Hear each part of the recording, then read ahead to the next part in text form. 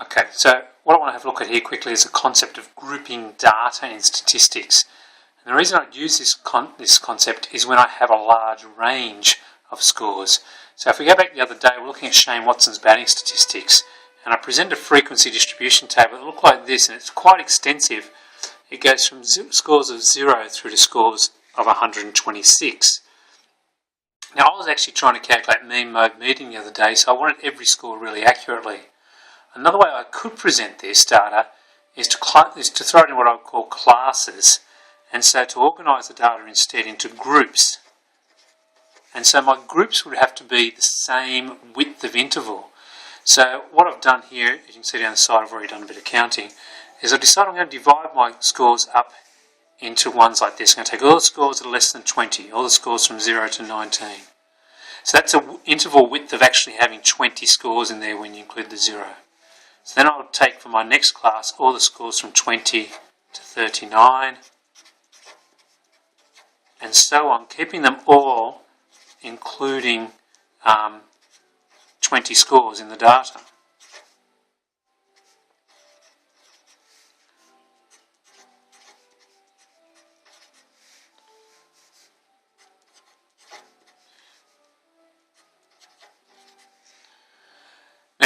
Because I'm going to cluster all my data in together, I'm going to need something to represent these scores. So rather than having 4 zeros and 2 ones and 2 fours and so on, I'm going to say that all of these are going to be represented by the average of this. So 0 to 19, the average of that is 9.5, and I'll call that the class centre. Just put a little CC there so I don't have to write that over and over again, class centre.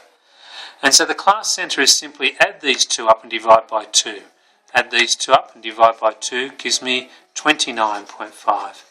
And you start to see that with class centres, you're getting this nice pattern. These ones are all going up by 20, the number of scores we have in each class.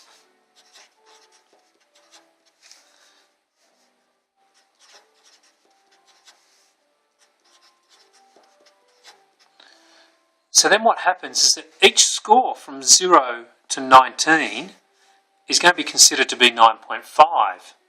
So I've counted these up earlier to make it easier. Next column is my frequency column, and I've got 33 of those. Then there were 21, 16, 4, 7, 1 and 1. And so rather than having every score listed, I know that there's 33 scores that were less than 20. There were 21 between 20 and 40, and so on. And rather than listing them all individually, I'm saying on average, this score is 9.5. On average, these scores are 29.5. Now what I'm going to do is see how accurate this is, how good this method is. So what I'm going to do here is I'm going to calculate the mean. Now you remember when we calculated the mean before, we had an F times X column. This time I'm going to have F times class centre column. And so I'm going to do that quickly for each of these. There it is done. So it's just taken the frequency and times it by the class centre every time to get this score over here. You can check that yourself on your calculator. Now to calculate the mean from this sort of data, the mean before was equal to the sum of the frequency times score. In this case I've replaced score with class centre divided by the sum of the frequency column. So I just need to sum these up. So a quick addition gives me 83, and this one off the top of my head is 2868.5. And now to calculate the mean using this one, I get 2868.5 divided by 83 gives me a mean of 34.56. So what's happened here is my mean, if we recall the other day, if I recall correctly, the average for Shane Watson turned out to be about 36. This average is not quite exact, and it's because of this approximating every score using the class centre. It's close, just not perfect. So while the displaying of the data is much easier to read, I'm giving up a little bit of accuracy in my calculations. While I'm here quickly, rather than using mode, we would use modal class is what we call it. And the modal class is the class that occurs most. And so for this set of scores here, highest frequency 33, Shane Watson's modal class is 0 to 19. Okay.